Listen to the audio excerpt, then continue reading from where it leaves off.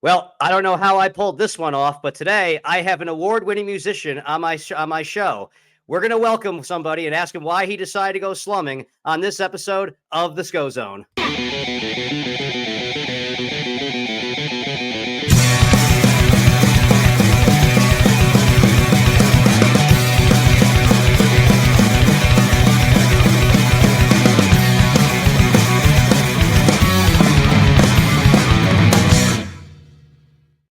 All right, everybody, welcome to the Scho-Zone. It is your host, Ryan Schofield, coming at you from the Little DeGen Zen studio. Thank you for everybody tuning in. Thank you for listening. Everybody like, subscribe, share, comments, all that douchebag stuff that us podcast hosts say. I just go right into it. Today, I have a very special guest. As I said, I have an award-winning musician on here. He's in Delaware, which I actually say with more enthusiasm than Wayne Campbell would say, which is, hi, I'm in Delaware. But without further ado, let's get right into it. Jim Rezac is my guest today. Jim, welcome to the Scho-Zone. Hey, thank you very much. I'm cracking up here over the, ever since that Wayne's World, when you mention someone you're from Delaware, that's the line you hear. Wow. And honestly, having been in Delaware, I can understand it a little bit. You're right. I've only been there actually interacted in the state of Delaware one time. I had a fraternity conference down at the University of Delaware. Okay. And I remember, driving around and saying, "Where do you guys hide the booze?" Right. Yeah. They said that they drink like fishes there. And I'm like, then why is it a fucking mission for me to find some alcohol? Right. And it's one good thing I would say about Delaware, though, is that no tax, no deposits, a $9.99 12-pack, you get a penny back if you hand them a 10. There you go. Yeah. Yeah, you have to go to a store where they actually sell liquor instead of all your groceries and everything. Yeah. Yeah, you don't realize how, maybe it makes sense why so many people in New York ended up the way that I did, that it's so easy to obtain alcohol in this state. The biggest barrier we had for a little while is you couldn't buy it at noon on a Sunday, which was, right. Then it was an old blue law, which then they kind of did away with because they realized that brunch was big business. Right. Oh, yeah, I remember liquor stores were not open on Sunday, and that was a big deal. Now it's been like probably 30 years or something since they've had that. But yeah, there's a big deal. You couldn't buy. You had to stock up on Saturday if you had anything going on Sunday, like a barbecue or something. Yeah. Probably one of the most unholy days of my entire life was Easter Sunday on my senior year of high school. We went down to Myrtle Beach on a trip. And we brought liquor that we had stocked up for the week, and we figured, it won't be too hard to get beer throughout it. We found out we couldn't buy beer on Sunday, so brown liquor it was for breakfast. And let's just say that one guy started doing the Stations of the Cross around the motel. It was really, really, really, really horrible stuff, I must say. But oh my God. But now, I guess, one thing we can just jump into, there's many things I can do as I see that dirty Phillies hat on your head right now, but we'll touch base on that one at some point. But it's funny enough, as we're talking about drinking, is that Jim and I had a brief chat about a week ago, I want to say, about a week ago to the day, actually. Yeah. Jim was the one that had to, he's going, "Hey, you're probably going to be shocked, but I'm a lot older than you are." Did not sound it whatsoever. You seem like you're still a vibrant guy, but maybe that's because you gave up drinking like I did. Right. I think that goes, boy, that's part of it. My mom just turned 90, and we had a big bash for her this past weekend, and she'll be the first one to tell you, she does not look 90. So I gotta blame some of it on the genes. I lucked out. But yeah, not drinking helps with that. Yes, but it strikes me. So again, Jim is a musician, so it's not that you didn't partake, I'm sure. It's not that, you, as I like to say, I was, I transferred my athletic career to my drinking career in college, and I'm now that guy that I'm Michael Jordan, and I left it all on the court, Yeah, we weren't only saying the rosary backstage, you know what I mean? Oh, I'm sure. If those walls could talk in the green room, I'm sure.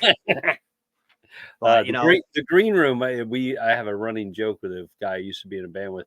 We, most of the time the green room for us was either the bathroom or the parking lot. That was the green room for us. That's how upscale we were. But you know what? That's when you're doing it for the love of the game, so to speak. All of it. Obviously, people do things. there's always been the one of that when a band makes it big, they're getting accused of selling out. But it's like, is it the worst thing in the world that you want to have everybody see and hear your work? If you're an original act, I would say it's not a sellout. It's when you're letting studios write your shit for you, I think, is when you become a sellout. No? Right. Yeah. When it's not really you, it's like, okay, we need you to just stand in place and, we're going to, right. Yeah. And Haven't had that problem yet, though. Well, I mean, you are an award-winning musician, so I mean, let's talk about that. I mean, you're, I believe, as Okay. you said in your bio. Let's talk about that. When you said that in the intro, I felt like the Three Stooges when someone comes in and says, "Gentlemen," and they look behind them like, "Hey, who walked in?" It's like, so I did win. I am very fortunate to supply the music, write the music for an award-winning podcast called Mucky Landing, and it's funny as hell. If you're from Delaware, it's even more funny. And it's almost like an old radio show. It's got a skit and guys and but it Mucky with an E, Muckey Landing, and I write the music, and I wrote it. I wrote a theme song for it, and it was a day that my voice was like not so good, and I did it into a portable recorder and kind of did a Tom Waits kind of thing, delivery, very gravelly. And anyway, it won an award. It won at the New Jersey Web Fest. It won best theme song for a podcast. So I got that feather in my hat. It was fun. Is the trophy hanging up on the wall somewhere back there? I have it somewhere. What the heck is?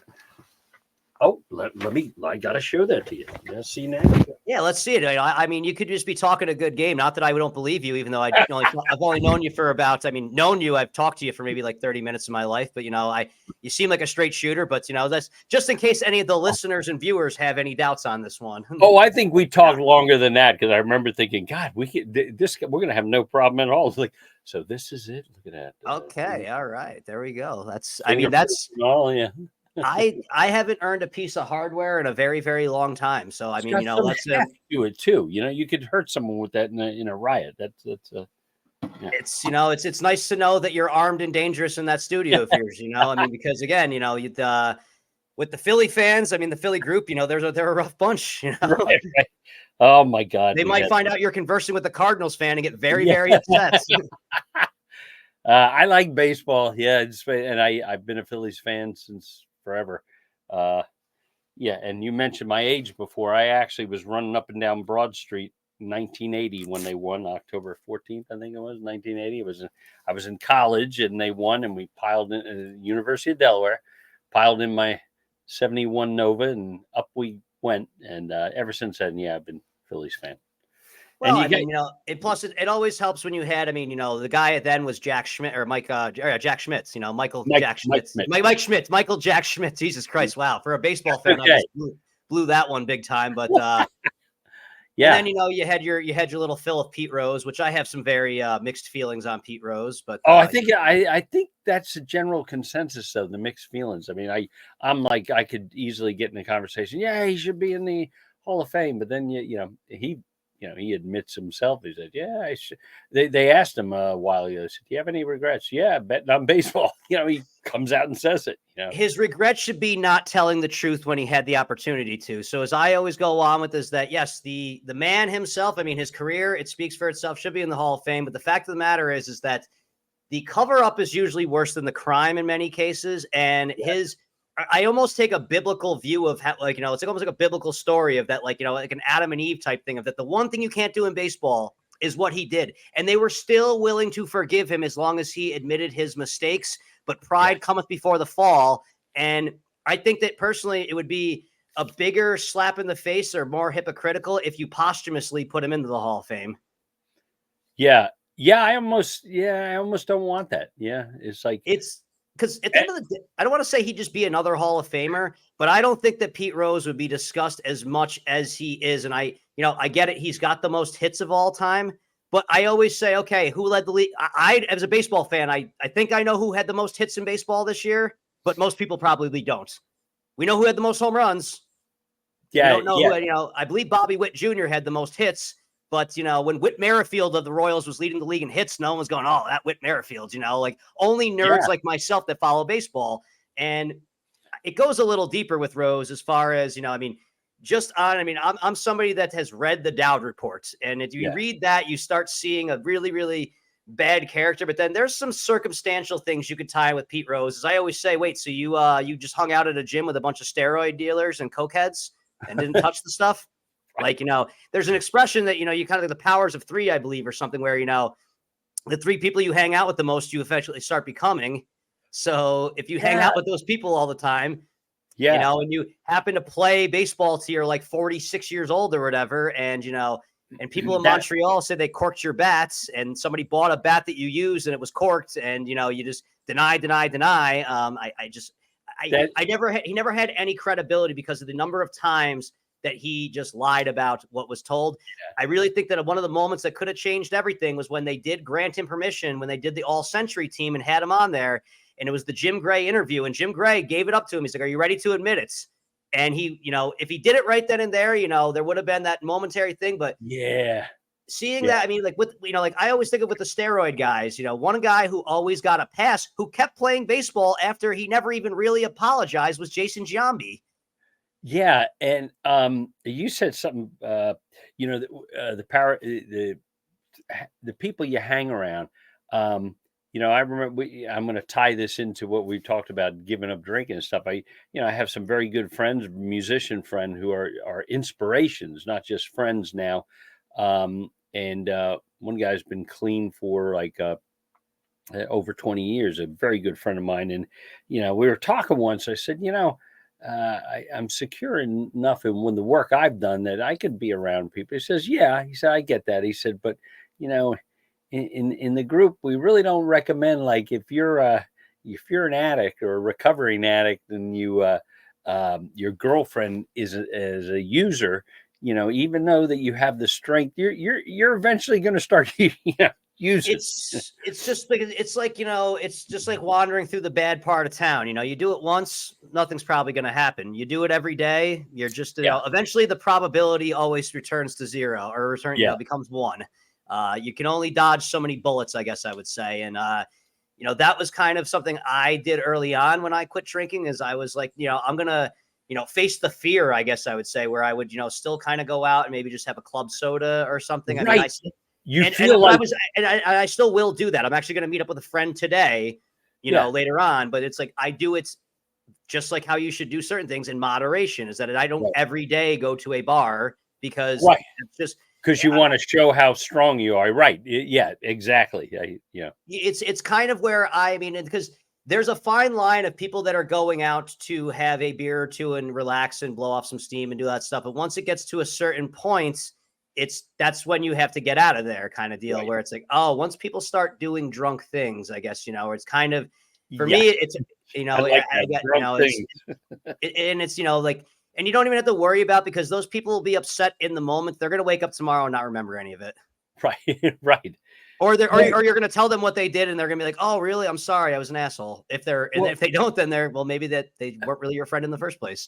I'll tell you what, I'm not getting preachy here, but one of the things I'm most grateful for, since we're on that subject, is like just waking up and not feeling, like, I forget about being like totally hungover, like after a big drunk, but just even drinking a couple, that feeling that you're not 100%, like the next morning, it feels great. I feel like, hey, I feel pretty good. It's like you have a bunch of those in a row. This is what I've been missing. I mean, I've even had this recently. I started off as something in the beginning of October, and if anyone that listens to the show, sorry you hear me repeat a little bit, but I like to get my guests' feedback. But I started off in October going, you know what? Because I still smoked a bunch of pot, and there's nothing. I think that we've kind of done the whole thing of that, because pot's not alcohol, it's okay. But if you go from one to the other, it still can be. I started noticing where I wouldn't even get high before a show I would do, but I look like I'm a freaking idiot. I'm like, you can see me, you can see things taking a little while to get from A to B, or I'm getting lost in my own thoughts, kind of deal. Yes. Now that I have this kind of clear head, I'm like, God, it just feels so much better. I'm so much sharper and so much clearer. And it's like, having the video evidence of it, I'm like, how can I lie to myself? I'm so much sharper and clearer. You may have not had as great of a conversation with me last week, 3 weeks ago. Yeah. Um, But yeah, you're right though. It's the clarity is like God, and you know, and you have to go through it to really get it. You know, some people nod their head, "Oh, that's good for you," and then pat you on the head. right. But it's really huge. It's huge. Well, and especially too nowadays, where I think the big thing that kind of happened is that I ain't smoking the stuff that you grew up on, or that stuff doesn't exist anymore. Just Right. Right. which again, being in the music scene though, that's obviously, I mean, is it with your band? That's kind of like a stipulation of the group kind of thing. Is that everyone's on the Well, straight and well, narrow, or it's funny. So currently, I'm not in a band. I've been in bands all my life, and it was in the last band that I started writing. I've been playing guitar all my life, and I didn't start writing until like 14 years ago. And I was with a band, and in that band, we didn't have that stipulation because it was mostly at practice that people were knocking back. It's sort of like we policed ourselves. Maybe I was the one who wasn't doing a very good job of it because, but there was one night when the mandolin player, he was drinking brown liquor. Yeah, instead of knocking a beer back during the set, it was a something on the rocks every set. And by the end of it, that caused us the very next practice to, the young lady that was in our band, Bobby, her name was Bobby Fisher. That's her real name. Bobby Fisher. with an I though, right? Yeah, right, right.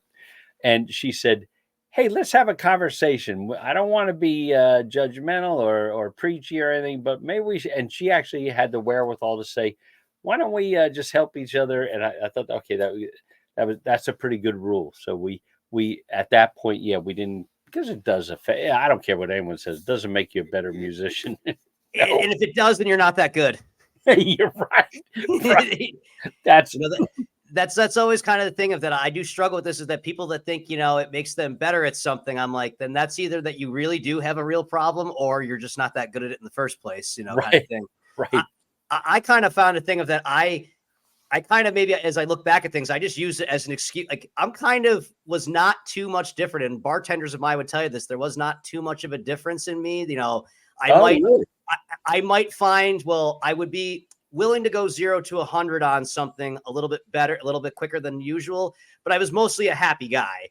And I just maybe would be too happy kind of thing, but then if something would set me off, it would go in the opposite direction. I'd say I had a good batting average of that, but I kind of where I don't know if I was going with that, but with the music thing is that a band is not a dynamic I'm very familiar with so much. And I can only compare it to being like on a basketball team where when there's only a few of us, everybody has to be accepting their role and doing their part. And one person dragging the weights has a residual effect on the rest of the group as far as, That's are you true. somebody, like you strike me as you're an actual musician. So you're not just playing the scripted song. You guys probably do a little riffing and jamming. Probably, yeah, right? yeah. A lot of that.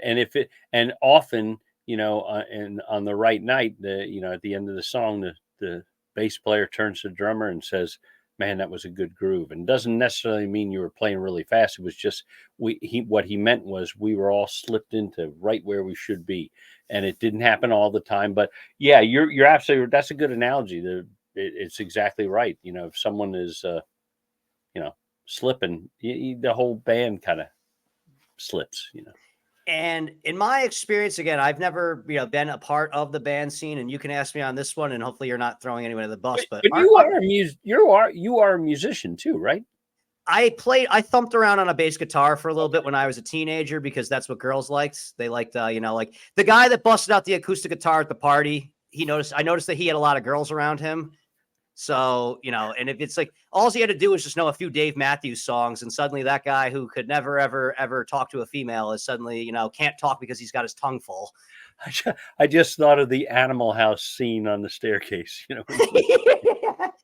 Yeah. So, cause I was more of the Belushi kind of guy that would be like, fuck you. Like, yeah. Oh my gosh. that was, different time. And you know what's crazy about that movie is that, that movie came up. So you were the age of the people in that movie when that movie came out, or around I there, was in correct? college when that came out. Yeah.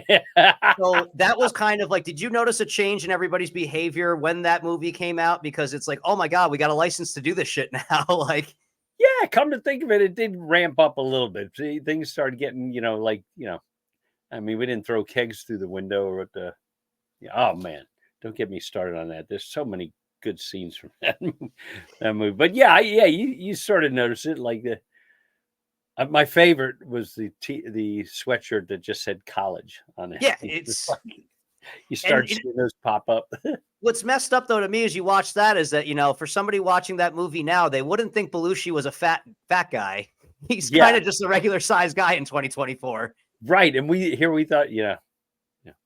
But and it's one of those weird things is that I kind of, like it was kind of like built this culture of things where then they had, when I came out, towards the end of my high school years going into college, we had Van Wilder and we had Old Oh School. And it's like, my God.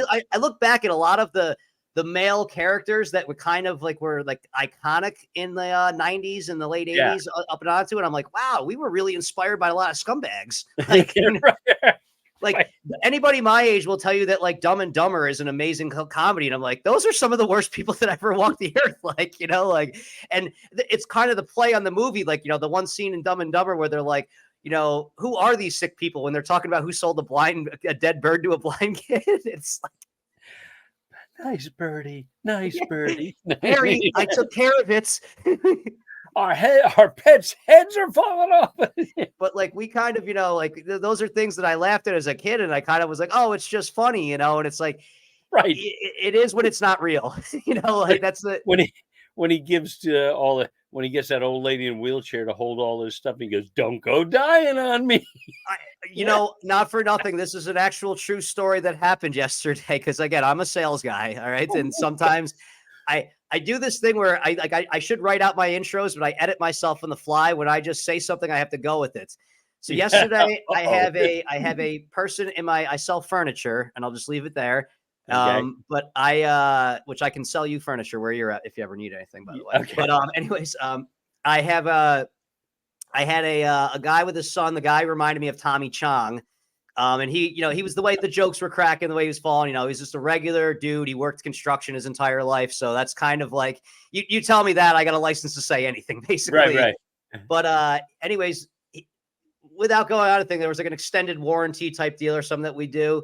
And I was like, yeah, it's 5 years and it's only this much. And he's like, well, that'll put her at 101 years old then by the end of this. And I was kind of like, well, in case somebody needs it after. And I was like, oh, Jesus. Like, like, oh my God. But then I'm also doing the joke though, because I had met with this lady before and she said she would come back. And I'm like, oh, I'll be shocked if I don't see her back unless I get robbed. It's like, oh my God, I got robbed by a sweet old lady on a motorized cart. I didn't even see it coming. Like, see it coming. Yeah. Oh my God. Funny enough about that movie is the very first A I ever got in college was because of that movie, actually. How did that happen? It's exactly I wanted the question to ask. So I was in a fraternity. I'm trying to connect those dots. When I was in a fraternity, you start finding out the classes that are worth taking are the ones that are the easy A's. Yes. And you had to take a women's study course. And I was actually very involved in phys ed. And I remember there was women in sports. And I'm like, oh, that's perfect. And someone was like, no, dude, it's just like all Title IX stuff. It's really, really intense, actually. And I'm like, okay, that sounds awful. Someone's like, you want to take women in science? And I'm like, what? I'm looking at the label for it. It's chemistry 373 is the course code. And I'm like, what are you talking? I'm like, how is this going to be? They're like, just trust me. I went there. It was like fucking kindergarten. Like we just played games the entire time or whatever. Oh my God. So like literally it was just like one of those things where you did not get deducted for handing in homework. You got points added on for handing in homework and stuff. But there was a quiz show and the guy apparently, given that this guy was the professor who he was, it doesn't shock in this one. We're doing these random trivias and he's got a bonus question. It's kind of set up like a Jeopardy game. And he's like, if anybody answers this question, I will give you an A for the semester. And I'm like, okay, like, cause I knew that I'd missed some classes and I'm like, maybe there's some things that are going to bust me up or whatever. The guy goes, in the movie Dumb and Dumber, what newspaper was, and I'm going to ask you the question first. What newspaper was Lloyd Christmas purchasing when he was approached by the little old lady? I don't know. I stood up and pounded my hand on the desk and yelled out, "The Rhode Island slut!" I get the people in the room that turn around. They're like appalled that I just yelled out "slut" or whatever. And the guy, I didn't know and the that. professor has this. I don't know why I remember all of this stuff. Maybe because I saw that movie like 300 times or something. But the professor just kind of has this look of like, the same shocked look. Only his is, you actually know that. Like, Yeah. this is before you had a cell phone. You could look this up, and I answered it pretty fucking quickly. So, Wow. yeah, my first A in college came because of the Rhode Island sluts, and I've yet to meet a slut from Rhode Island. So, if you know any, hilarious. My younger brother's like that with planes, trains, and automobiles, and everyone knows all the scenes. But there's some stuff he knows that I'm like, I've watched that a gazillion times, every Thanksgiving at least since it came out. And yeah, but that's funny. That's what makes it fun, though. That's when you, that's one of those I got to go watch Dumb and Dumber now. That's what hey, the worst things have ever happened. I've inspired people to do much worse in my life. So if that's the worst thing that I did to you, is that you had to eat up an afternoon to watch Dumb and Dumber. Because here's the thing. A movie like Dumb and Dumber, you can just have on as a passive thing in the background, and then you'll just eventually be like, "Oh, this part's about to come on," like right, and you'll stop. Right.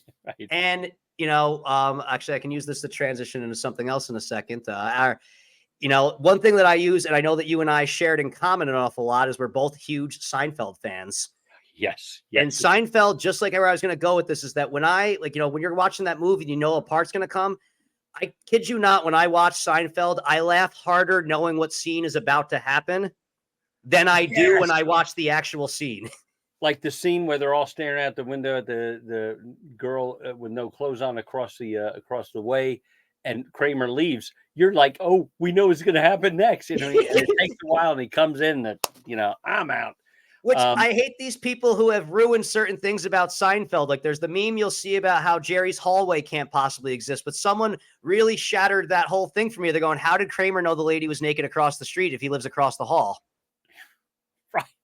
Shut up. It's our TV show. Leave it alone. Or it could be that Kramer has friends that actually alert him to stuff like that. There could be that other added layer to things. But again, Seinfeld is a movie that shaped me as a man, because I just remember it was, my parents ended up getting divorced at one point in time, but I did know that the times I saw them the happiest. My job, my mom worked Thursday nights. My duty was to make sure that the 9:00 episode of Seinfeld was recorded. Nice. And then I would, I would be asleep, and I would hear my parents laughing at it. And probably the hardest I ever heard them laugh at an episode of Seinfeld is the one where Elaine dances. Oh my God. And they had some in some baseball stadium, they had a competition with that. They had all these women, like during the 7th inning stretch or something, or before or after or whatever, competing to be the best. And they just played the music and they had them dancing. Some were dressed just like her. Some were dressed. Oh, look it up. It's sounds like, so it's one of those things of that, it's, you start finding out certain things about yourself. And, I didn't know that Elaine or Julia Louis-Dreyfus was as gifted as she was. They kind of concealed that a bit on the show, but she was my one of my original crushes for sure. Have you seen her acceptance speech for the Mark Twain Award at I think the Kennedy Center or something like that? I did not. You haven't. It goes back a few years now. After this, Google it. You Google it and look it up and watch it. It's the end is the best ending, and I'm not going to give it away. It is comic genius. Watch it. Another one I would say too. Did you see when Jerry gave the address at Duke University this year? I saw a clip of it, I think. If you watch the whole, so there was, of course, people have to politicize everything now, which is terrible. Like, he did say one thing about there's nothing wrong with privilege. And then he said, being a Jewish boy growing up in New York City, you are privileged to be a comedian because you have the toughest audience as your family. But just him saying that word got people to get up and leave. And it was maybe 10 people, but they made it seem people walked out on him. And it's just like, all right. Oh, yeah. That's what I heard. I didn't see the whole thing. So until I have a point of reference, I don't, I don't like. If you watch the whole thing, it's probably one of the, I wish somebody gave that speech to me when I was in college, because they basically told you, hey, you're going to fail. fucking embrace it. Like most of you are not going to do what you think you're going to do. And that's okay. Like, Right. And he just kind of preached, he's like, just give efforts. He was like, very rarely, if you give a full effort, is it ever going to be, even if it's not in the best of energy, but if, it's always going to, give you a positive result. And then he basically said, love something. He was like, and he talked about, I love Bic ballpoint pens, 10 to a pack for $1.99, and he's mixing in some jokes, but also being, very, giving that kind of advice, type thing. Cause, most people will look at a guy like Jerry Seinfeld now and say, okay, oh, it must be nice. It's like, hey, Jerry Seinfeld was just a regular guy like you and I one day. Yeah. And I think comedians have it worse as far as like I get up and do an open mic someplace and play some original songs, 4 songs, whatever. And they're 3 to 4 minutes long. And at the end, I'm going to tell whether they like it or not. With a comedian, every 15 seconds, you're either failing or succeeding. And it's like, that's got to be the most grueling thing. So he had to do that, Yeah. I did some time in the stand-up game, and it's exactly like that. Because even the worst thing too is that I had times where I did a guest spot for the girl. She was on the show Growing Pains. She was the one that got kicked off by Kirk Cameron because she posed for Playboy. Oh, yeah. I was an opening actor, like a middle act for her or whatever. And I did 2 shows. One of them was the early show. One of them was the late show. And they were kind of like, the early show I was a little bit timid of because people were eating food during it. And I'm like, oh, well, I'm going to have my filth. But then I overcame that one, which was the worst thing because then this is the first time I'd ever done 2 shows in one night. Then I have the late show where this is like, oh, this is where you can let it rip. And the joke that I opened up my act with, which I don't remember specifically, I know that it did well in the first one. And that's what got me over the fact that I'm going to be telling filthy jokes while people eat. In the second show, maybe because I'd already been like, okay, well, this one works, I didn't get a laugh. Ooh. And that's like freeze frame, like what the hell? Like what's going on here? And I would compare being on stage to being on a treadmill as far as, ever been on a treadmill and you're like, oh, wow, I've been really kicking ass for a while now. I'm like, I gotta have at least 2 miles in, and you look and you've been on there for 3 minutes. Yeah. Oh my God. Yeah. I've never done it. I don't think I could ever do stand-up comedy because I think it would scare the hell out of me. I would think it's the most grueling. I think you really, like I said, every 15 seconds, 30 seconds, whatever it is, you're putting yourself out there, like, how do you like me now? How do you like me? And a couple seconds later, do you like, and that's that. Yeah. You guys. Yeah. Well, and the thing with music, so are you a singer-songwriter? Or yeah, I love that phrase. But yes, I am. So I started writing and singing it, and I didn't think I had much of a voice, but you tend to, I mean, Neil Young, Bob Dylan, not to compare myself to those, I'm not, but if you listen to those, if those guys were to audition to sing some in a musical or something, you wouldn't hire them. God, their voice are, but for what they do, their own stuff, their voice is great, so I'm hoping that's what I got going on. But so it's the harmony. It's how it all comes together, just like that band, and maybe the one person's, you're in tune with everything. Yeah. You said, I'm going to double back on something because we were talking about Jerry Seinfeld's commencement address. And not to bring it back to Dumb and Dumber, but did you ever hear, or at least the part of Jim Carrey's, one of his, he's done a bunch of them, but the one where he tells a story about his father? Have you? I think I know of it, but refresh me. He says, my father was a funny man. In fact, he could have been a very, very successful comedian, but he had a family and he was worried about paying bills and making the mortgage. And so he got a job as an accountant. And he said 25 years into work, or 20 years working with his company, he lost his job. And the lesson I learned you can fail at doing something you don't like. Why not fail at doing what you like? And I think of that often because, that's just what gets you, I thought it was a great life lesson of that. No, and I do remember that because it does speak to me because, my father's no longer with us anymore, but I do recall, my dad was, and actually a great story I love to tell about him. My dad was married my mother they were 18 and 20. Wow. And they got married in the summer and had a baby in November. So you can do the math on that one as far as being very growing up in a very strong Catholic town, we'll just Yeah. say, kind of ordeal. But Yes. I kind of, always went, is that, like I realized that my father was a very, very smart guy, but he had to take care of a family. And this is a great story. My father worked at, I'm not sure if you're ever familiar with Rensselaer Polytechnic Institute, otherwise known as RPI. Yeah, actually, yes. I had a That's my hometown, Troy, New York, Rensselaer, RPI. My father worked there. My father worked in the athletic departments. Wow. The funny story is that my father was going to apply for a job as a janitor because they had great benefits, and he was going to be able to give you a schedule that he was going to be able to work to raise a family because, at this point he had 3 kids and my mother, which that's pretty tough as it is already. We didn't come from money or anything like that. Right. So Yeah. my father, through a little mix up, ended up in the wrong interview. He ends up being interviewed by the athletic department for some open position they have. And they literally I have this old clipping that I got from when he passed away. They were asking him all the questions they would ask the potential candidate for the job that they were doing. And my father was just answering them. And then they said, at some point they were like, okay, do you have any questions for us? And he was like, yeah, what does any of this have to do with being a janitor? And wow, that's a great story. Did he? And they kind of like realized the whole thing, and they were like, "Wait a second." So then they were like, "Let's reset this one," and they did it from the word go. It's crazy reading an article about this because I'm referenced as his youngest kid. I think I'm old enough they refer to me in months, not in years. Oh wow, in that thing.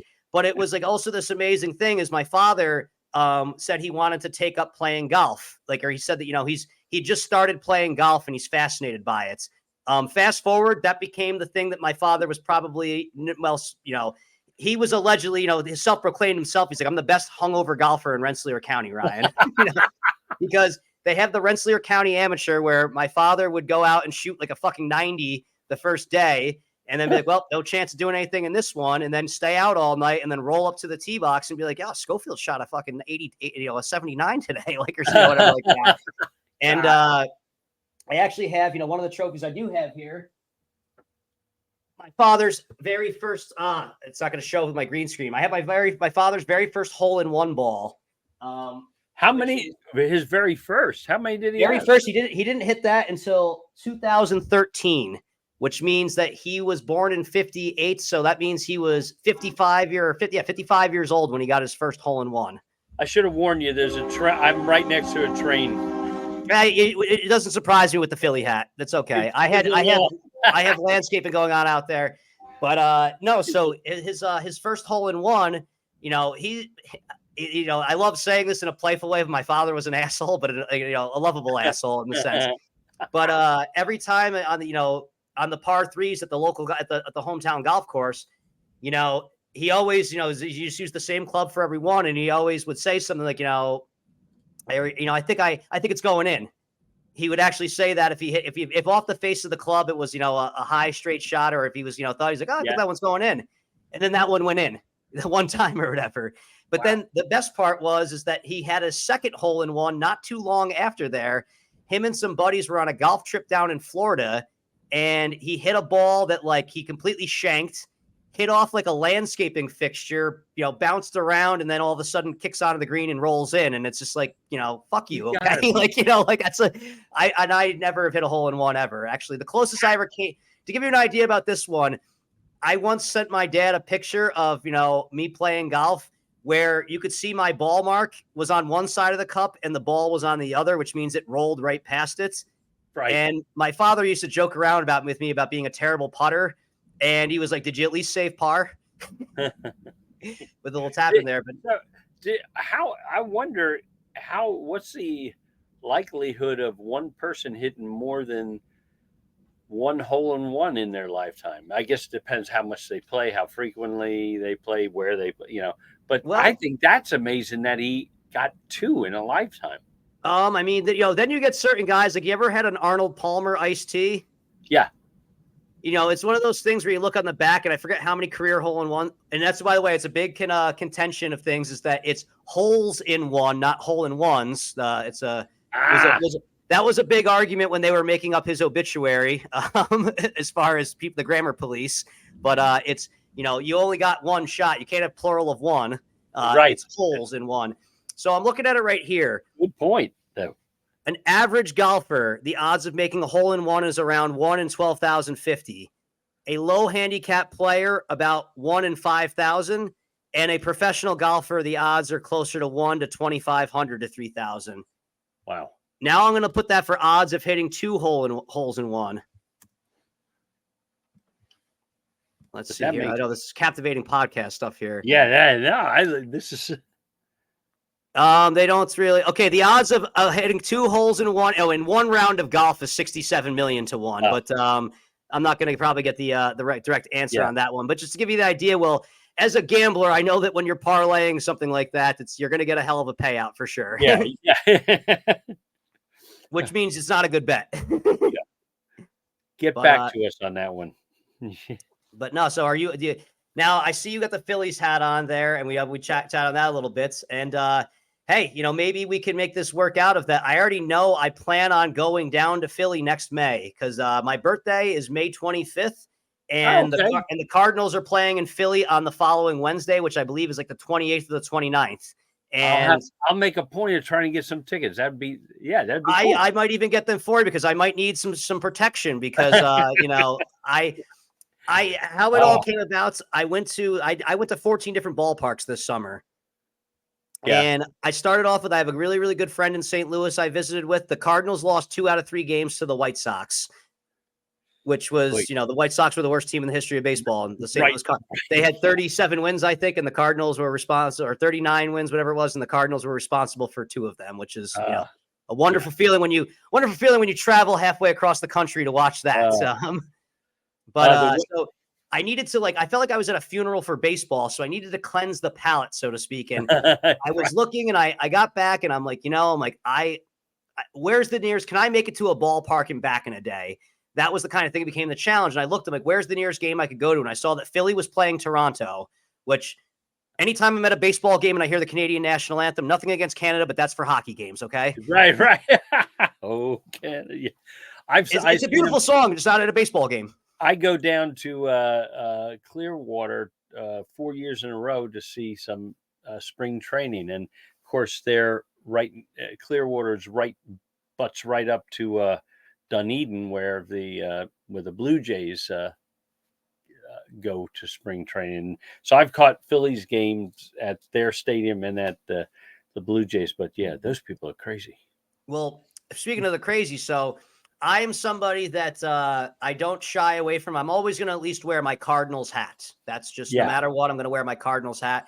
I think I kept it pretty neutral with my shirt. I don't think I wore a Cardinals shirt because, I'm somebody that likes to test my boundaries a little bit, but ultimately I feel like that my conflict resolution has gotten better since I'm tired of getting punched in the face. So I've gotten a little decent at that. So I'm sitting at the 300 level, and I am sitting next to some guys who are out of central casting of the fucking of Philly fans. Oh no. And they're, I'm just kind of keeping to myself or whatever. I have a bet. One of the bets I made that day was that Bryce Harper was not going to get a hit. And the challenge became not being made that I was rooting against Bryce Harper, which is probably a big no-no in Philly. The man's the mayor of the town, so to speak, in a way. Right. But I was there. I did have the Phillies to win, though, so I was, kind of feeling that one. But all of a sudden, I see a guy, and it's a Phillies Blue Jays game. Now, I'm just wearing a Cardinals hat, but a guy in a Pete Alonso jersey is sitting a couple rows ahead of us. Oh, my God. And I was just like, these guys that are next to me, every chance they could. And I wanted to get a film of them, but I didn't want them to see me filming them or, which you're not really supposed to. I'm sure if they knew what I was doing, they probably would have, which they probably would have oversold what they were doing. But any chance they had, they were yelling, "Fuck you, Pete Alonso," to this guy. Right. None of the women and children around seem to mind, by the way. Right.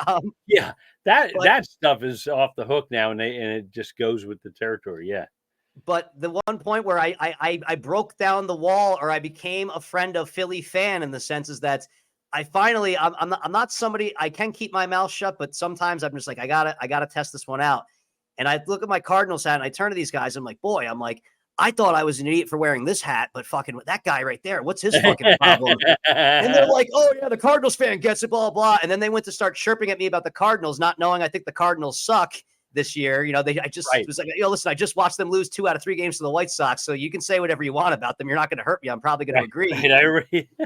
And then they actually started bringing up to me that they were like, they brought up the 2011, the 2011 World Series run is one of the most impressive, St. Louis Cardinals things ever. Actually, I'm going to be sharing that story more with somebody else on Sunday, so I'm not going to double dip on that one. But one of that I will tell, and I did watch this game with my father, the Game 5 of Chris Carpenter versus Roy Halladay, which was the most intense. And they were the one guy was going, yeah, I was here for that game. And I'm like, I wasn't going to bring it up, man. I'm like, fucking like, I know I'm not that dumb. Like, and he's like, no. It was just, they could admit, I'm like, oh my God, there is the Philly fan creature. They do have a soul somewhere deep down in there. Like, yeah. And I will say this, people assume because I root for the Phillies, I root for the Eagles. I don't really, I sort of follow football, but it's not my thing, and I don't automatically go, yeah, go Eagles. I don't hate them. I just don't have a football team. But in my humble opinion, I'm probably going to piss someone off with this, but I think Philadelphia fans are Philadelphia fans, but the Eagles fans I think are worse than Phillies fans. Although it can get a little heated in there, but you're right. There's a soul in there somewhere. Football fans in general are usually the worst representation of the city, because I think that football, because it's a violent sport, you can people get an extension off of that a little bit, and they think it's a license too. I've only ever been to one NFL football game in my life, and we got into a fight. Shocker. It was at a Bills Monday night game, and we didn't fight with the opposing team. We fought with each other. And I was a Bills. I was loosely a Bills fan. Actually, I swore off the Buffalo Bills. Part of the reason I went to where I went to in college, which was in the Rochester area, which I had a topic we were going to talk about at some point. Yeah. I just came in there back in. I did, come out that way to be be closer to the Bills, and I just was not feeling the vibe with Bills Mafia. It wasn't the Bills Mafia just then, but I was like, I don't think that I don't have the irrational fandom, I guess they would say, is I like to be a level-headed fan where anytime you get your emotions involved in things, you kind of cease to be rational. Right. Which is pretty easy in sports in general. Right. And I remember the Bills, I had some roommates that were from Orchard Park, New York, which is where the Bills, or it's Orchard Park or Hamburg. When you're in that part of town, they really, there's a whole thing about that. But the address, I believe, is Orchard Park, New York. And I remember week 1, they lost a game to the Jaguars that they should not have lost. And watching my roommates just fucking terrorize shit and just be the most unbearable person to be around. And I'm like, I remember I got upset with the Bills during the Music City Miracle. But again, I just used that as an excuse to be an asshole. Right. I just was like, okay, it's fun to do something that it's like, I now have this crutch I can walk on. Cause I remember I was at a fucking ground round where I couldn't even drink, but I bought a drink for a guy rooting for the Bills or whatever. And then when they gave up the touchdown, I flipped over a chair or something like that, which was just like nothing it was just something like, okay, that seems like a fun thing to do when you're a teenager. But, now as an adult, I'm like, what a fucking idiot I was. But I used the Bills thing.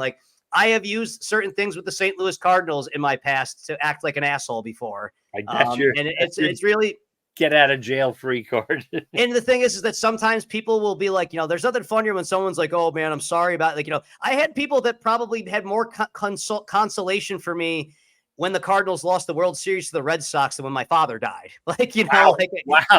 I say that half jokingly, by the way, but I feel like that, oh man, sorry about your team. And I'm like, hey, it is what it is, but it's like, it's the opposite of the Costanza. Okay. It's my opposite maneuver where Costanza, people are like Costanza in the sense they root for teams for the bad things. When Costanza, when he said that, God will never let me be successful. And they're like, I thought you don't believe in God. He's like, well, no, I do for the bad things. Yes. Yeah. Oh my God. The whole rooting for the wrong reasons, I think is funny. I have a brother, I have a bunch of brothers, but I have one brother who rooted for the Redskins back when they were the Redskins a long time ago.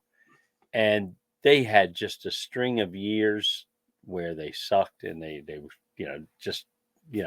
and he talked less and less about him. But so what he did is then he started hating on other, like that became his identity, more like hating the Eagles or hating, but yeah,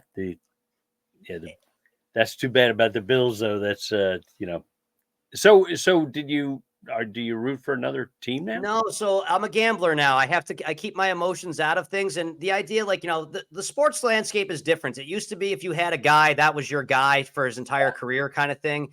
Now, Yes. I mean, like with the Bills, I feel like it would be hypocritical of me because Josh Allen is finally that guy. And I've never seen a guy. I mean, I have seen guys, but like, a person, he's up there as far as that player was meant to play in that city.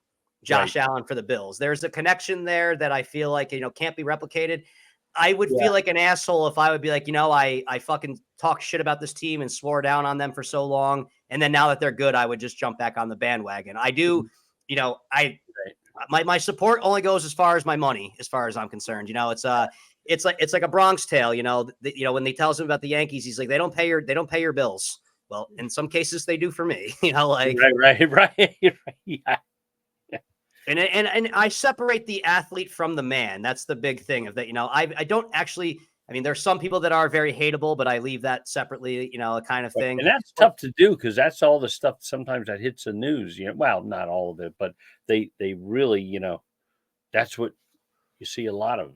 Well, there's the expression "never meet your heroes" because you're probably going to be disappointed. And back to the music thing, and you can, I meant to ask this earlier, but I will say in my time that I have interacted with musicians, you're behind the scenes as far as being a guitarist. Are you rhythm or lead or a little bit of both? Or Oh yeah, I play a little bit of both. I teach like when I record, all my recording is all me, all the guitars, and you rhythm. just kind of dub it, you Yeah, mix it and layer it kind of deal. Obviously, I mean, yeah, and that, yeah. Do a you know, couple tracks of each, and yeah, like I remember finding that out about Trent Reznor of Nine Inch Nails, he was the only guy really in Nine Inch Nails. He just was, this whole musical production thing. And it's like, oh, okay. Like, but right.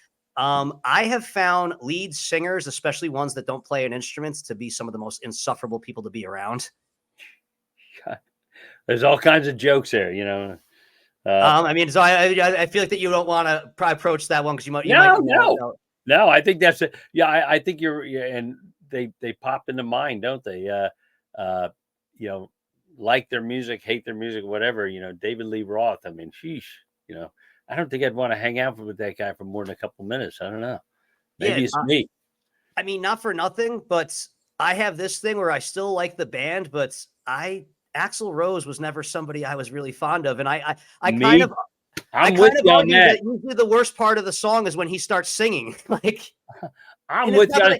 And it's not that he has a bad voice; it's just that out of all of the other stuff going on, I feel like that he's the he was meant to be the lead singer of that band, but like. A song that I like to listen to, especially when I go on my traveling and my road trips. I think one of the greatest soundtrack songs of all time is the one for Terminator 2, You Could Be Mine. Yeah. And it just starts off and it's the heavy bass and the drums and it's just I'm sorry, doing terrible justice. But then all of a sudden when he starts singing, it's kind of, yeah. And I have a less than popular take on Guns N' Roses too, is that I think that it's their first song off their first album. But I think that the very opening of Welcome to the Jungle is where the song was, where their whole band peaked. The whole intro of the Slash guitar and all of that. And then he does this harmony thing in the background where he's just kind of, doing his little singing thing. But once it gets time for Axl time, I'm like, I can change the song now. But the very first 45 seconds, I'm like, no band has ever had quite an introduction like that. I'd say this is a good subject, in my opinion, because I've always felt like I had an unpopular view of Guns N' Roses. I never really cared for them, and it's not sour grapes. A Slash can outplay me in his sleep. But there are two things. Like the first time I saw him, MTV was still they actually had music back then, and there's Axl Rose. And he started dancing, and as an older guy, I thought he's dancing like Davy Jones from the Monkees, that backwards and forward thing. And I read an article before Davy Jones died. He was his daughters were watching TV, and they said, "Dad, you got to come see this. This guy's stealing your moves." I said, "I knew it." He has that thing where he goes side by side. I said, Wow. that's Davy Jones. So the other thing is, God, if you listen to my stuff, you can hear all kinds of little mistakes and things that are imperfections, whatever. But I don't know whether it was November Rain or whatever. But at the end of the song where Slash is like really bent, he's really high up on the guitar, bending to get the highest notes. Yeah.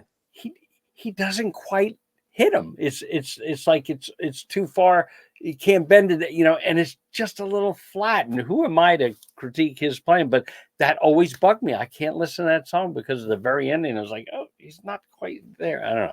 Guns N' Roses was an amazing music video more than it was a song. Or November Rain was a great music video. It wasn't so much of a song for me. If I wanted to be, Yeah. or it's not a song I could ever listen to. Like like you have those certain songs that come on. We can have involve a month when they play and stuff like that. Like Green Day, Wake Me Up When September Ends, and stuff like that. But November Rain is that not exactly. It's already depressing enough in the Northeast when it turns into November. But do I have to listen to 9 minutes of this stuff? But when you watch the music video, it's like there's a real story being told. The song itself does not give that message across. It's made the video brought life to the song, I think, more so, but it's not really. If you're mixing up a radio station and you're like, oh, do I want to eat 9 minutes on this? Like, yes. And isn't that funny though? With the whole video thing when MTV came out and started, I don't know whether this is an old topic, but you get songs where they make a video that has nothing to do with the song, and therefore doesn't add to the song. And then you get ones like that where the video makes it a better song and listenable. You can like, oh yeah, I'll listen to November Rain because I'm watching a cool video while I'm doing it. And in general too, is what happened is that they make them the most popular because back when, believe it or not, MTV used to show music. Weird. Yes, yeah. Oh, that's that's when I grew up. MTV showed music and ESPN showed sports, Yes. Oh yeah. But now one like that for me is a band that and it's a band that makes me kind of dislike Guns N' Roses more was I liked Metallica. And I mean, they're somebody that, I can understand why somebody doesn't like Metallica or like the members of the band. But for me, the music has always been there. But Enter Sandman is one of my least favorite Metallica songs. It's like, okay, like great music video and, a great simple riff, or whatever. But as far as, and I'm looking at if you were to ask me, hey, you're going to a Metallica concert, what 20 songs do you want to hear? I'm probably not going to have Enter Sandman on there, but I'll have Welcome Home Sanitarium. I'll have For Whom the Bell Tolls, Yes. Isn't it funny though, if you watch any UFC fighting, I've heard Enter Sandman enough just from watching the walk-in, they use it for their walk-in music, walk-up music. It's like, oh, here we go, another guy playing Enter Sandman. I don't know I haven't watched UFC in years, but it used to be every other guy had, they had it's like the fighters would come in to Enter Sandman. I get it. Lights out. Yeah, you're going to knock them out. You're going to put them to sleep. I get it. A little on the nose, but it was like I was getting sick of that song because of that. Well, and it was funny too, is that, that song became very synonymous with Mariano Rivera of the Yankees. And at his last game ever, they had Metallica play it there. And I've never seen a person be less impressed than Mariano Rivera was, where he's like, Mariano Rivera is some guy from the Dominican who has a fucking, a wife and like 1,200 kids. And he just, and he played baseball. And it's like, okay, here, who are these guys? Like, like kind of thing. But no, I'd always like them. And really the one that kind of got me is that it's always funny to see how different people's stories can be, especially when people are fucked up on drugs. Because I remember I went to the Rock and Roll Hall of Fame, and my one buddy who liked Guns N' Roses bought an Axl Rose book, or maybe it was Guns N' Roses. And they were talking about like how when Axl Rose first came on, the first time he did drugs, how much he did and how hard of a partier he was. Yeah. Then you read Motley Crue, The Dirt, which that is just a phenomenal book for all the wrong reasons as well, too, because it's 4 people telling the same story, but none of them even remotely close to matching. But one thing they're all universally in agreement on was Axl Rose was this annoying little motherfucker. Like, that's cool. That's cool.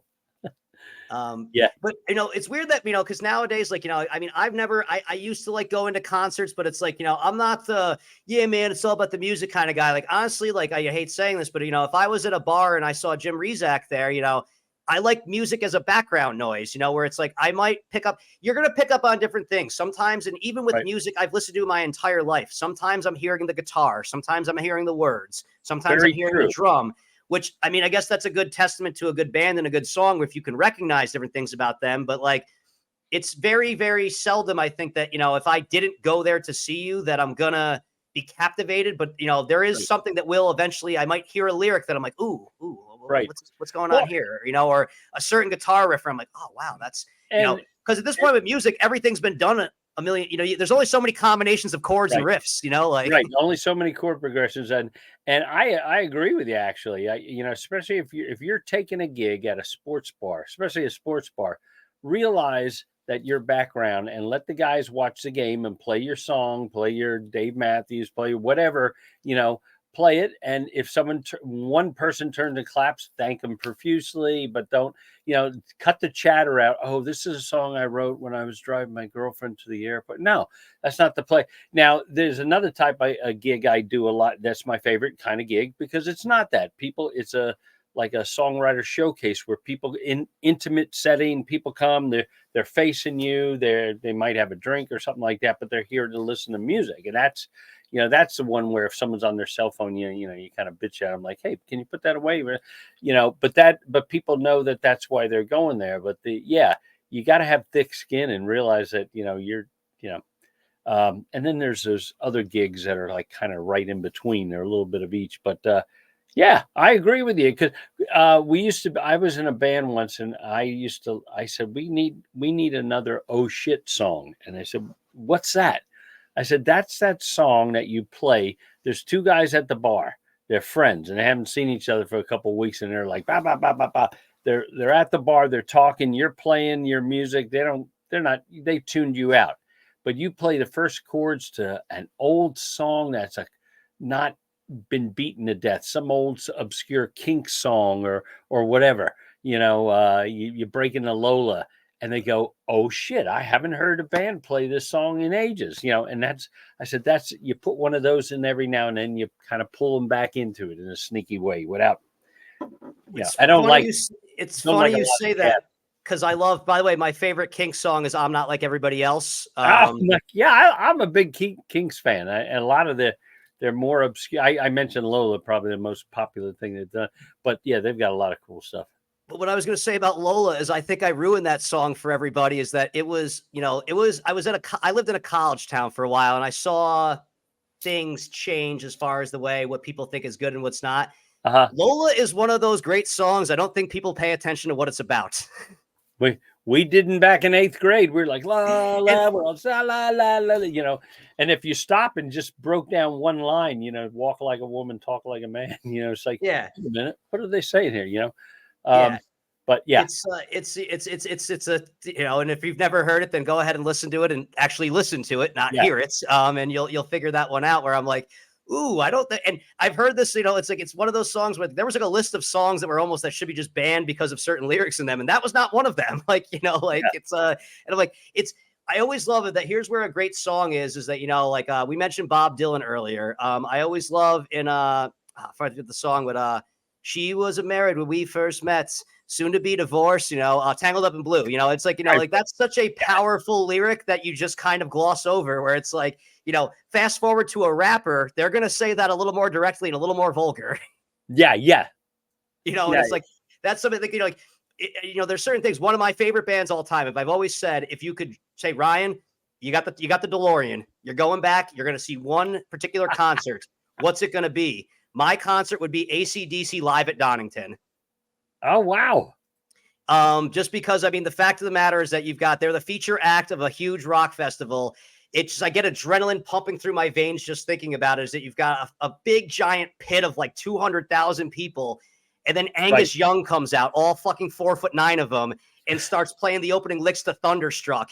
And then you get Brian. And that's always a weird one, is that I know that, my uncle, God rest his soul, would kill me for saying this, but I know that Bon Scott is more of AC/DC, but Brian Johnson was meant for certain songs more so than. Right. And Thunderstruck is just, I literally want to go fucking run through a wall right now, and I haven't even heard the song. I'm just now, like I said with the Seinfeld thing. If I know that the part is coming, I'm going to laugh. If I hear that and I hear the and then I want to know exactly how you can, how many scotches and cigarettes does it take to get your voice to, I can emulate the Brian Johnson voice. I can't even right now. I have to. I'm sure you've seen this. Have you ever seen Jim Brewer, his stand-up? I saw Jim Brewer in college. It was one of the greatest fucking shows I've ever been to in my life because. Did you ever see his AC/DC bit? Yeah, where he talks about they could play the hokey pokey. Oh, okay, good. Is that first of all, he nails it. He could be in their band, and it's just so funny. This looks like a hokey pokey crowd. Well, so Jim Brewer came to my college. We used to have this all-day festival day, which was just a booze fest, obviously, at SUNY Brockport's where I went to. He's a Mets fan, What's up? He's a Mets fan, I don't hold it against them. I mean, hey, the Mets never did anything wrong to the Cardinals, really, as far as I'm concerned. Like it's Cardinals out of the World Series. But he did it to ourselves or whatever, as far as so Jim, you get this whole booze festival thing going on there, and Brockport is known as a phys ed school, and everybody's out in the quad, and everyone's got a Gatorade bottle full of liquor, basically, and he's just like, I know this is a phys ed school, but I didn't know you guys drink that much Gatorade. And he had us from there and go.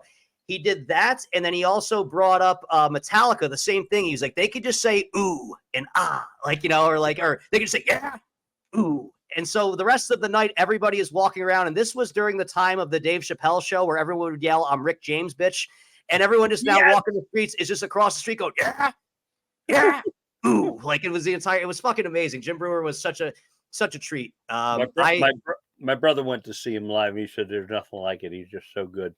And I remember there was a show back in the day I used to stay up late to watch called Pulp Comics, where one of his other good bits is about how when you're drinking, it's like having a party in your stomach. And, he starts talking about how the whole thing comes to be about, he's like, you start off with a couple beers, couple scotch, and he's like showing this little sketch of the different things hanging out in your stomach or whatever like that. And he's like, next thing you know, he's like, when what happens, he was like, your stomach's the bouncer, but then your stomach gets distracted. And then what happens? Tequila finds its way in. And then he's just like, he does his impression of tequila. It's just like, hey man, we just trying to have a good time. That's all, man. Like we left the worm in the van. He's like, all of a sudden tequila gets in there and everybody starts fighting. And then the bouncer's like, no, everybody get out. No, not that way. The way that you came in. Oh, that's perfect. I'm not sure if I should be telling other comedians jokes on my show, but if we're connecting on Jim Brewer, we got to connect on that one for sure. Oh my God. But now it's like, there's certain bands that I don't like, they have the following that they do. And it's like, I remember when I was in high school, going to see Dave Matthews was kind of a thing or whatever like that. And it's like, I guess I'm just jealous, to an extent that like these people still go to see Dave Matthews every summer or whatever like that. Yeah. And I get that with Phish a lot. And like, where I go with this is that Metallica, I feel like, was one of the original jam bands. They were jamming on heavy metal. Right. They just had a Phish. They did away with a really cool festival, in my humble opinion, called Firefly here in Dover, Delaware. Couple miles from my house. I loved it. I was one of the oldest dudes there every year. I went all 4 days. I didn't camp. I went home, took a regular shower in a regular bathroom. You're allowed to do that at concerts, by the way, people. Yeah. Slept in my own bed. I loved it. 4 days, cleared my schedule, and I went and saw bands that, people my age are like, I don't recognize any of the names. Of course you don't. Music, they're new every year. There's new. But anyway, they did away with it because supposedly they weren't making money. I don't know how that happened. It was a lot of money, but they replaced it with, they took a year off, and then this year they had Phish for a couple of days, and it was just one big jam. And the people who liked it want to come back. So I didn't go; it wasn't my thing. But they're all good. I have friends that are in the scene where like that, where in their case, it's like, I feel like I'm crashing somebody else's Thanksgiving when I go to a Phish concert, if I was to, because everybody knows each other, or it's like, oh, hey, remember me from whatever year this time we fucking smoked a joint together, like kind of thing. Or like, oh, hey, how'd that work out with that girl that you were with that night? Kind of thing. I hear that from my friends, and that's good. I guess that's where I get the thing of that. I just don't have that connection with certain things. I really haven't I think the last concert I went to, and this is a band I really liked because they didn't try to pretend that they weren't ripping off the Rolling Stones necessarily, but I love the Strokes. Oh yeah. Yes. They were, I think one year they came to Firefly, but yes, my English friend loves them too. And we go, You want to see a band that's not too popular, because here's the thing: is that back in, I don't want to, make a date you or anything like that, but once upon a time, touring was how these guys made their money. Exactly. Yeah. Now it's just like a kind of like a pain in the ass, or you got to put on a Taylor Swift performance where it's fucking, people have to mortgage their fucking futures to be able to go there, kind of deal. Oh my God. I always will laugh about how Bruce Springsteen will sing about songs for the everyman, but charge fucking $400 a ticket. I know. And it's crazy. Then when it's even worse than scalpers get a hold of it. You think you're paying this. I know. One of my students, she's a woman well in her 50s, and she's a big Kiss fan. She goes to all their stuff and pays VIP prices. And I'm not even going to tell you what those are, but I just, it blows my mind. And it's one too that happened is that, again, like now when obviously sensitive given that, I know your age or whatever, but like that's okay. When Rolling Stones, like the Rolling Stones, I remember they played on one of their recent tours or whatever their last tour was. They were in Buffalo when I lived in Rochester, and people were like, they're just as good as they ever were. And I'm like, if that's the case, they weren't very good. Then it's like, you're telling yourself that because you paid as much money to see that show or whatever like that. You nailed it. There's a nostalgia factor to seeing that they can still do it.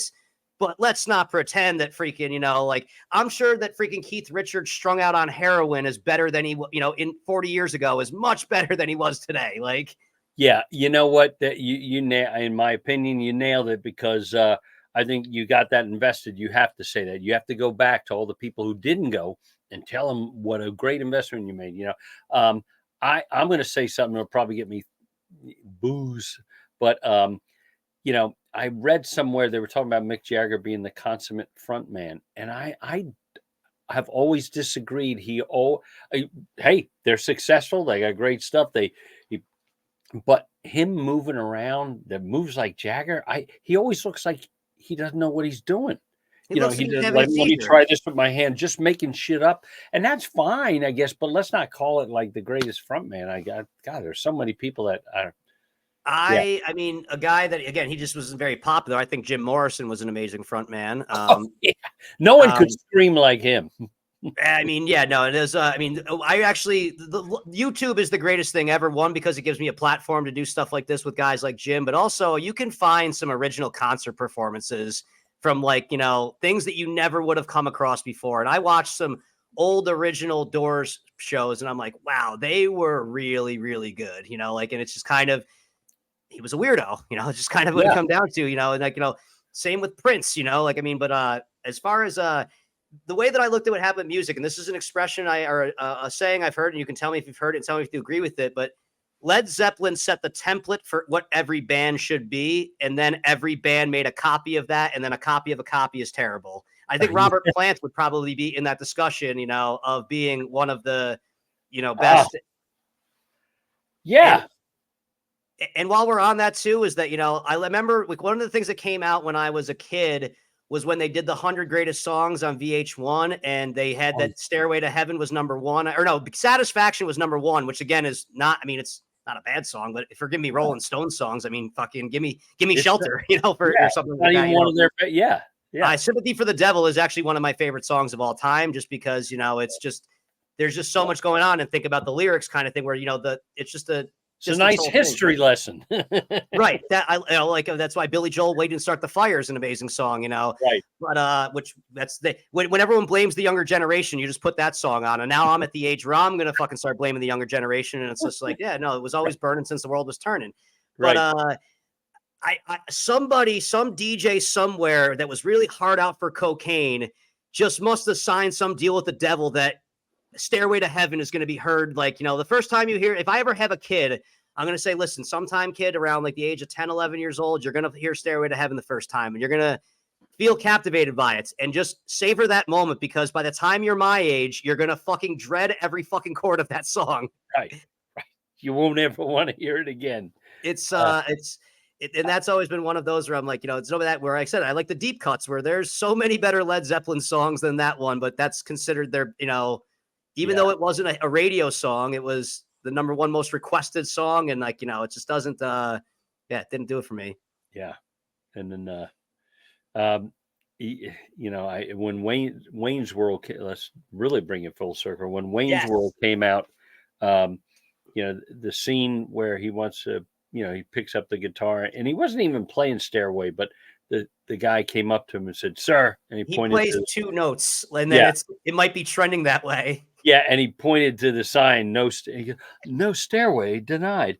Well, I Which believe it or not, way back then, I was working for a music store, and we used to say stuff like that. We looked just like those guys in the Wayne's World movie, with a hair, because we had our band and we're waiting for a big hit, and but jeans and a button-down shirt, and but it was funny because we said we'd make fun of these, and one guy said we should put up a sign of the top 5 songs that they're not allowed to play when they're trying out a guitar, and Stairway was at the top of the list.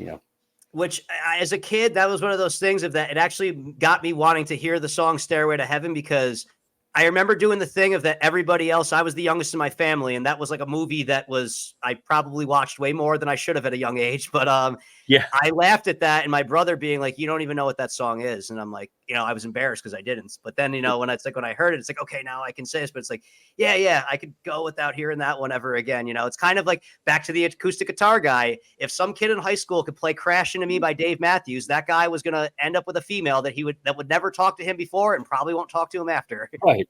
Hey, you want to hear me play Wonderwall? Yes. No, really. Yeah, that's true. That's true. Wayne's World is like, that's one of those movies that I think that it's not like, I would never say it's the greatest comedy of all time, but I'd say it's one of the most important movies to tie in as a time capsule to that era. Like, Yeah, there's such dated references where it's like, now you have Family Guy where they might mix in an occasional one here and there, but it's like, that was just the epitome of the 90s, that entire movie. Like, I went yeah. to Milwaukee for the first time today. Do you know how many times I was saying, actually, it's pronounced Milwaukee, which is Milwaukee. Algonquin for the good land. Yeah. Oh my God, Alice Cooper. He was great then. Do you know that they're the only major city that's elected several socialist mayors? Does this guy know how to party or what? Like, it's such a fucking. You're not worthy. Oh my God, that was. And there's 2 other, just like, I mean, again, Wayne and Garth are already hilarious enough, but Chris Farley as the security guard, which apparently I love finding out the backstories of these things, of that scene was not meant to be the way it was, or like that. They were like, how do we make this important, or like that? And that was apparently Farley kind of just putting in his own creative genius about like, let's name all this. And they do a line going, wow, for security guard, he had an awful lot of information. Yeah, Like, I wonder if it'll pay dividends or something. all that exposition and it was just random, and you knew it was, but that's what made it funny. Right. It's like, somebody might think that's stupid. It's like, then, it's one of those things. It is stupid, but you have to be smart to appreciate it. Like, Yeah. Oh my God. And also, I mean, I always go on with this one, or I'm going to lead into it where I'm just going to say Ed O'Neill as the diner manager is probably. Oh my God. Never did a crazy thing in my life before that night. Why is it if a man kills another man in the heat of battle, it's called heroic? But if he kills him for the heat of passion, it's called murder. Like, Yeah. Which God, I mean, I'm going to lead into my answer on this one, but I still think the greatest TV dad of all time, which the TV dad has been completely just neutered, I must say, but the greatest TV dad of all time was Al Bundy. And the idea that was a great way of showing the passing of the torch or the changing of the times is that Al Bundy was an actual TV character on regular television. And I love when he strapped the lights to Kelly's shoes so she could mow the lawn in the car. Oh, just everything. But, the idea that, he was a member of a group called No Ma'am. He hung out at the Jiggly Room, like fucking, like every joke he had about his neighbor. It was just such a laugh. What was the name of the toilet that he installed on his? He built a bathroom downstairs and got the pinnacle of toilets. It was a Ferguson. I forget what it was. I know the shower. It was a Ferguson. I know in Seinfeld the best shower head is the Commando 450. Oh, Bundy wanted a Ferguson because it only comes in one color, white. But it's one of those things that I'll never forget. The first time I was walking on a college campus and I saw a guy wearing a Polk 33 jersey, and I'm like, that guy's my best friend. I don't even know him. I've got a T-shirt. I got a T-shirt, Callahan Auto Parts, and a Polk High or whatever, Yeah, Polk 33. It is Yeah, kind of got the the point number though 30. that. Or sorry, go on. No, I was just saying my teacher has number 33, and people get it or they don't get it. And the people that do, it's just like I said, like I had somebody on earlier. He knew the movie Dirty Work with Norm Macdonald and Artie Lang, and I'm like, you're my best friend. When you said Seinfeld, I'm like, all right, cool. There's another best friend. And then finally the one that it's a trope that's kind of going on is that anytime a player scores 4 touchdowns now, we have to do the Al Bundy reference, which it's been played out. Right. It was funny for Al Bundy to do it. It's not funny for Ryan Schofield to do it. Like right. The I loved when they had who they have. Didn't they have Jim Brown? One of his episodes. Where they had a bunch of former players on there. It wasn't Jim Brown. I think it might have been Billy Sims, maybe, or yeah, it wasn't Jim Brown. It might have been Billy Sims. Okay. But man, that was funny stuff. I meant to something. I lost this thought, but when we were talking about Seinfeld, and you and I are big Seinfeld fans. I wouldn't have guessed there's a scene I haven't seen until today. Maybe that was meant to happen. I'm in the morning having coffee, just doing useful stuff like going through my social media, and on a reel up pops a scene I had never seen before. There's a crime scene taped over a bathroom, and Kramer comes out of the men's room, and anyway, he meets this woman, falls madly in love with her. She comes out of her apartment, and there's crime scene tape, and so she doesn't want to break it, so she takes a right turn instead of a left, and it leads her all the way down the street into a restaurant, and he's waiting there with a glass of wine. He said, to meet her and have a date with her. I'd never seen it before. Now I got to go find out what episode that came from, because that means there's bookmark it, because it's not ringing a bell to me. So yeah, it was and George was in one of the scenes. I'm like, what happened? Is this a scene that was never? I'm glad you said that, because I thought, God, I'm a lame Seinfeld fan now.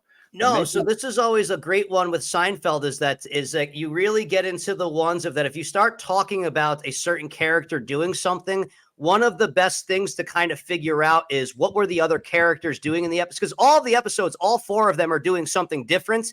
The genius of the writing that Larry David did that ties them together, where there are times, and this happens in my own life, from my drinking days, where we start combining like 4 different nights into one epic night. And sometimes that happens in Seinfeld, where like I tend to be the guy that I'm like, no, it actually was this one. Like, give you an idea of this one. Me and a buddy of mine in college. This is back when we came up with the genius idea. Every living room in America should have 2 TVs in it. Because, so that way, you can kind of coexist where if you want to watch sports, but your wife wants to watch something, you can have the sports on silence and you can still, pretend to be hanging out with your wife kind of thing, like, you can even put them side by side. Right. But we used to have where we had one TV for video games and one TV for regular stuff kind of thing. And me and my buddy were able to, if Seinfeld was in silence on the other end of it, on the one screen, him and I would just start doing the back and forth of the dialogue, and probably we're nailing them verbatim. Wow. Speaking of that, have you ever seen the cast from It's Always Sunny in Philadelphia do a Seinfeld scene? I will say that this one is that I am somebody who enjoys It's Always Sunny in Philadelphia, but I am not somebody that has ever been like a religious fan of it, as far as I have to watch every episode. I can, if I turn on an episode, I don't necessarily turn it off. It's just that I never was like somebody that watched seek it out. Right. Yeah. I never really saw it out, and you don't have to, because nothing in that show happens in sequence really anyways. No, and that's okay. But there's again, on social media, someplace, I forget where, TikTok or whatever, there was the cast from It's Always Sunny, and they're in Jerry's apartment looking at, it was the scene we just described. They're all looking at the naked lady across the street, and Elaine, who is the blonde girl, she comes in, and they nailed it. The inflection, they each did their line as they should have. And Charlie played Kramer. He leaves and then comes back, I'm out, and they nailed it. Yeah, it was pretty good. Which I love that, though, is that, sometimes this happens, and I see this in movies sometimes, where I always wonder did you directly steal this or was this meant to be an homage? You know, I do wonder that. Like one movie that I was I found to be very polarizing is that I did not like it as much as everybody else is everybody loved The Hangover. And I was kind of like, yeah, but you know what? I've seen a lot of those gaffes in other movies. Like, you know, so that's why it didn't quite hit for me the way that it did for other people, where I'm like, you know. Yeah, I mean, I thought it was funny. I don't hate it, but I didn't. Yeah, I don't know. So It was something where like everyone thought made it seem like my life was going to be changed when I saw it, and I was like, it's all right. You like gotta see this. It's like usually with movies like that, the part that I find to be the funniest is a very obscure part that nobody else thought was as funny as I did. Like, right, the story of my life. Yeah.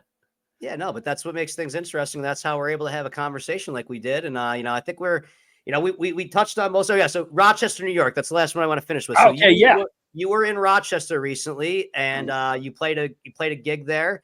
And yeah, it was part of been there often.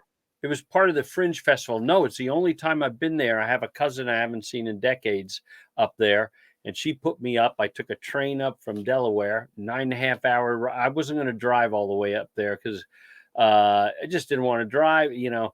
And I kicked back. I read a book. I took a nap. I, did this or that. But I played at the Fringe Festival, and I got to play at I think it's Eastman School of Music up there. And it was part of what they call the Rochester Music Hall of Fame. So I had to say yes to that, so, and it was Lou Graham is a big deal there. Yeah. I do. So probably more about Rochester than I have. Lived there for like 15, or lived in the area for like 15 years. Yeah. I didn't know what to expect. I don't know what was going on in my head, what I thought it was going to be, but it was really like more open to arts and stuff like that than I had imagined. Depends on what part of town you're in. Okay. Definitely depends on what part. That's a good Eastman. Those are things that bring people from the outside in. Those are a little bit more well decorated, and they actually put a little bit of they like to put on a good performance for the visitors when they have reasons for people to visit. But Rochester, I mean, this can be said for about any city too. I mean, like I went to Philadelphia. I remember thinking, I'm like, hey, maybe I'll cut into some traffic and I'll drive into the city and find a way into there. I drove like 2 blocks into South Philly, and I'm like, oh shit, we're getting the fuck out of here. Like, took a wrong turn somewhere.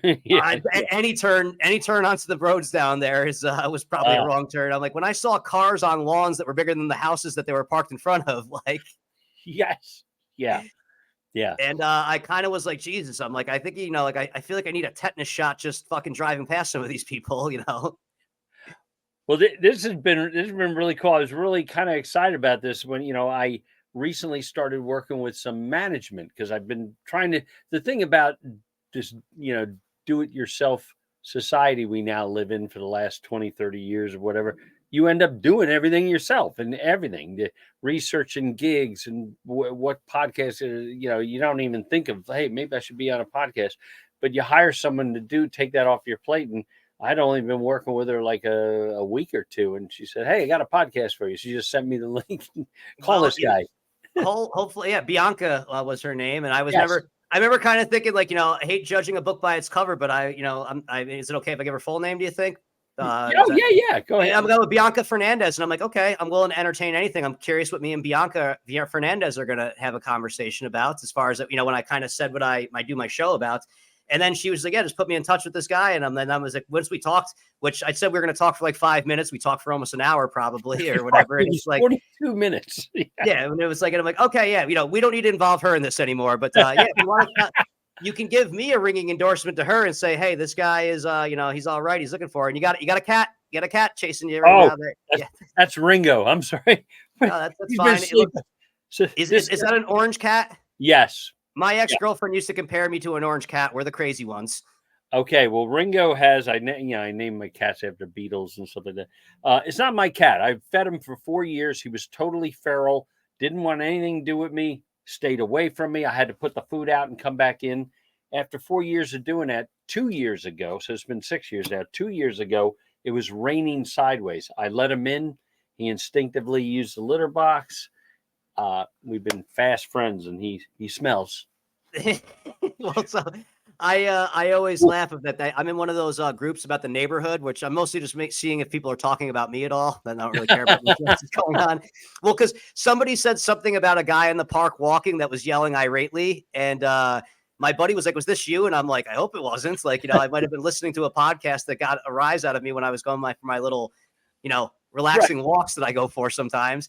And but I did see some of they're like, yeah, is this anybody's cat? He showed up to my place and I fed him and now he doesn't want to leave. And someone's like, oh no, that's your cat now.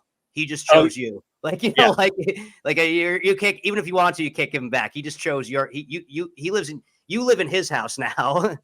True. I have a yellow Jeep Renegade with big orange Gretsch guitars on it, and it's a long. What I'm talking to you from inside a 100-year-old ice house. It was where they made before they had refrigeration. They would store the restaurants and the orchards and everything would store. It's right next to the train tracks, so they would cart stuff all over the country 100 years ago. And it has a real long driveway. So I pull in, he sees it. He knows it's me. And there's a fitness studio, a bunch of ladies driving in. He doesn't get up for them, but he knows my car and he gets up, follows me around like a dog around here when I'm cleaning his litter box and stuff. Follows, yeah. And he wants the attention now. He knows he's on camera.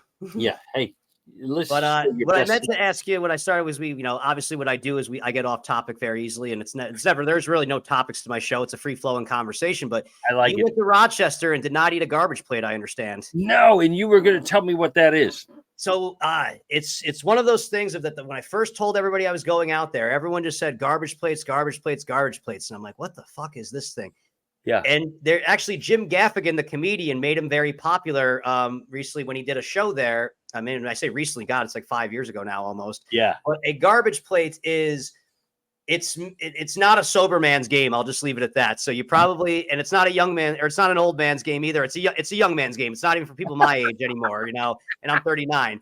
But a garbage plate is the greatest thing that's ever happened to a hungover or a drunk person that will not be as hungover if they have this. It is started by this place, Nick Tahoe's, and now everybody has their own variation. Garbage plate is trademarked by them, but everyone has trash plates, rubbish plates, some right. of that. And what it is that the traditional one, I will say, is you're going to get a big giant styrofoam container full of mac salad, home fries, and again, probably the most popular one is them with 2 cheeseburgers on it, mustard.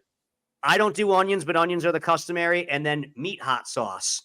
And you just have it all in one giant pile. And if you look this up, I used to eat these multiple times a day. There's a reason I'm back down to my weight before I went to college, because I haven't eaten one or I ate one over the summer, and it's just I think my arteries are clogging just listening to that.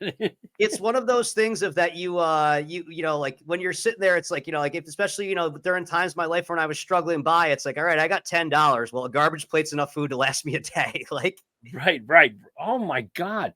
Now that you mention that, I'm wondering if some of the things that you see popping up, the bowls at the fast food chains are a rip off of that, where they do mac and cheese and throw something else on there and then something, To an extent, it's basically, if you're somebody that doesn't like your food touching, you're going to run for the hills. They look absolutely disgusting, but with certain fare of food that the more gross it looks, the better it probably tastes. Like there's a hot dog place near me. It looks like somebody had the runs on on a bun.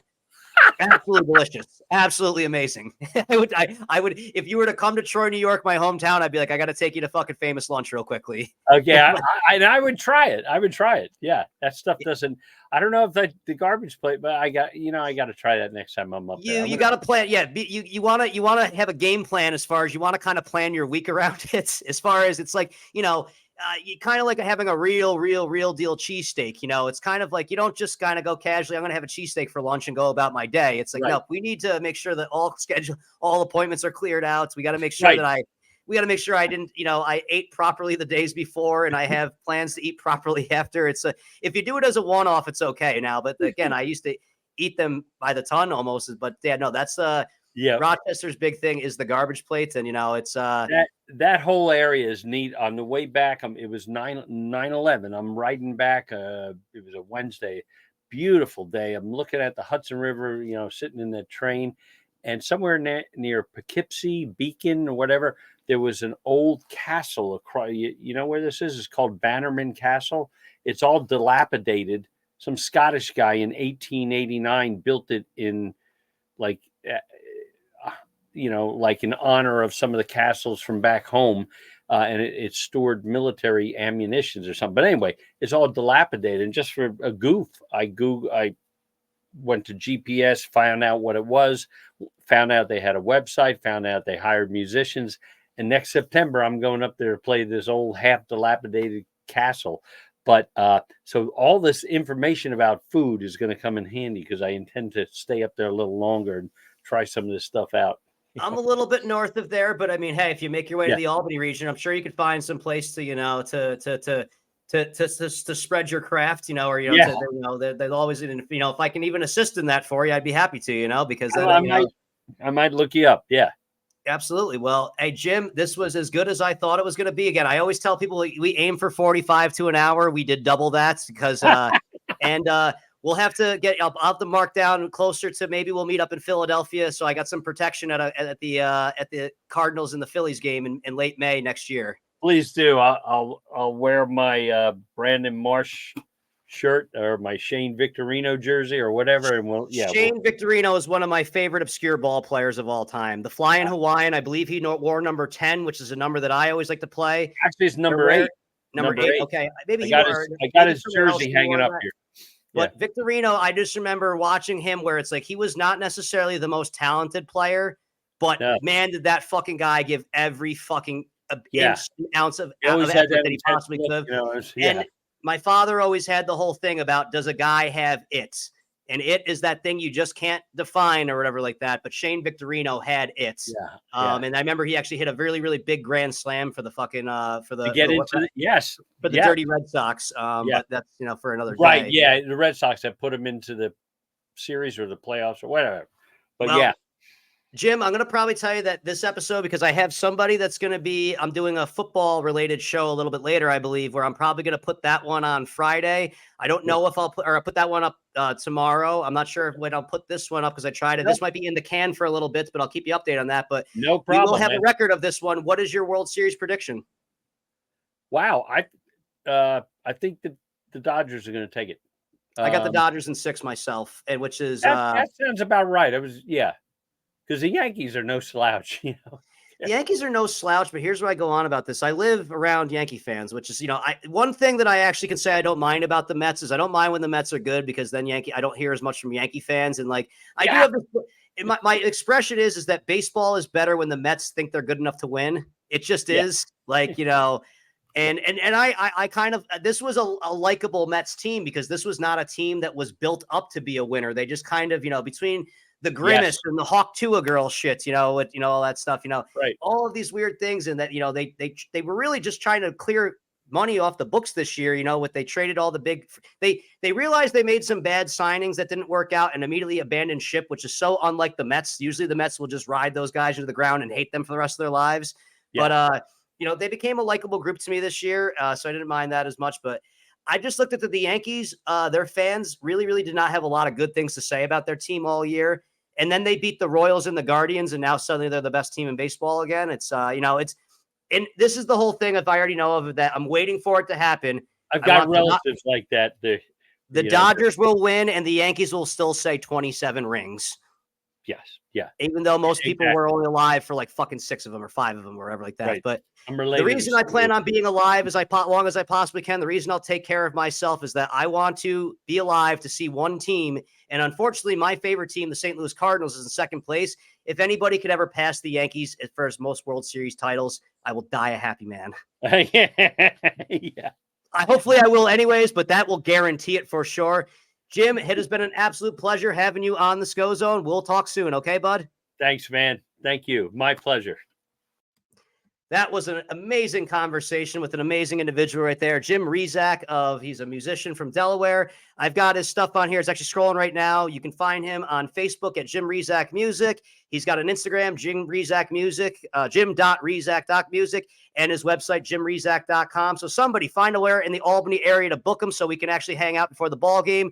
And yeah, I'm you know, you can tell he's hard at work. He took a break out of his day from promoting himself to kind of go on this show. So like, subscribe, share, let people find out who Jim is, and let them know he's not just a guy who plays a guitar. He's also just a great hang. Everybody, thank you for tuning into the Scho-Zone. And let me see if I actually can do this right.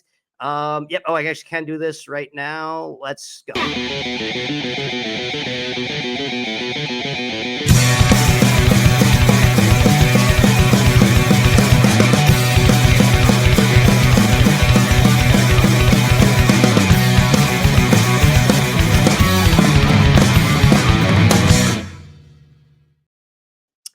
Kiki Hernandez MVP plus 2,800. Let's go. Oh, fuck. I got to